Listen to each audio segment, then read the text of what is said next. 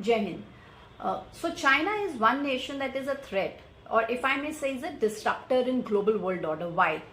Wuhan virus, TikTok, violating privacy and security concerns, supply chain disruptions with America, not aligning with cultural differences of other countries, their infamously famous debt trap, psyops, playing with maths and changing the demographies as per their own whims and fancies, and creating chaos. And as an imperialist nation, there are many other ways where this nation has disrupted global goals and economy. As a result, what is China getting in return? Undoubtedly, the trajectory of China is now declining. I mean, there are many sources which states that. I have myself, along with my source, the street source, have been watching and observing China economic data and market data since quite some time. And that's where we could also understand how they are manipulating the data and all the other kind of fluctuations which are there in the market. So let's just come to the numbers. Beijing Stock Exchange reached an all-time high of 116.7.117 in June 2022 and a record low of 780.186 in August 2023. Today, the Shanghai Composite Index opened at 3040.55 and is down by minus 12.48, which is minus 0.39%. I will also tell you about the performance of the year, which has been negative 1.51%. Now the last this was for 1 year. Now the last 3 months data which I'll just share with you have been minus 4.66%. Now this is all in the market data. Let me also tell you the Shanghai Stock Exchange Composite is a major stock market index that tracks the performance of all A shares and B shares listed on the Shanghai Stock Exchange. So we can make out how their shares are doing and how actually what is actually happening inside the country. Now China Real Residential Property Price Index records a decrease from December 2022.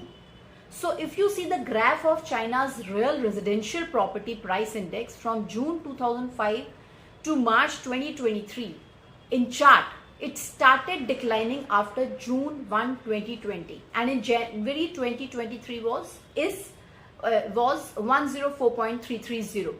Now if I will just without complicating it, it gives, if I give you numbers, China nominal residential property price index in March 2023 had a decrease from 139.372 in December 2022 to 138.671. Then China's real residential property prices also decreased. Now let's talk about the Hang Seng property index. This is minus 322.13. That is 1.80 as of today. I will also tell you the constituents of Hang Seng property index so that we can understand the importance of this property index. It constitutes China Resources Land, China Resources Managers, China Resources Power, China Shenhua Energy. Now these are small variables to give a larger picture of Hang Seng property index. So these are the numbers that depict the trajectory of Chinese economy.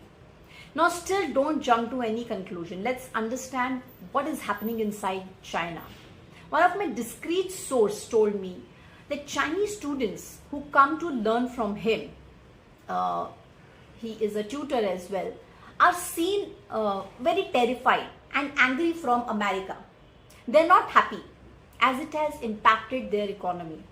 So the internal dynamics which is shown, which is not seen from internet or from sources, open sources, is very different. People and the youth is really not happy. This is discreet because of many reasons. I'll keep it discreet. We don't ask directly to these students, but yes, we just try to understand how things are happening. Now let's see what is happening inside China. Skyrocketing urban youth, 99% drop of people going to China, affecting travel and tourism. Now, this is also conflicting from the open source, but this data I have got from one of a very reliable podcast where they were interacting with the people of China. So this is exactly from the person of China, where she revealed this kind of situation in China. They also have restricted business collaborations. What is happening in the property market is a drop of prices, developers not able to deliver the product, investors not investing. Now, according to Stephen Roth, I quote, an overly indebted Chinese economy cannot afford to roll out a massive stimulus even when confronting the possibility of full-blown property market index. Let me explain this. In 2012, when Chinese growth was reduced, they went to real estate and they were doing good. Swin Eichel embarked on his mission of contacting more than 200 middle-class Chinese families in two-tier cities. One of the property agent is literally searching for buyers. This is what we got from his research. And before the pandemic, property was a favored option for Chinese people, giving them a measure of economic growth. But post-pandemic, things just significantly changed. People are literally struggling with their domestic financial troubles and are saving rather than investing. And China people are big savers. In fact, if I talk about Chinese and Americans, Chinese save 50% of their income and USA people save 20% of their income. So now Chinese investors are turning to overseas investments. According to Swin, the rental returns and changes in exchange rates, property investment overseas is much profitable. So that's where China always have a plan and always have strategies in place to sustain and scale up.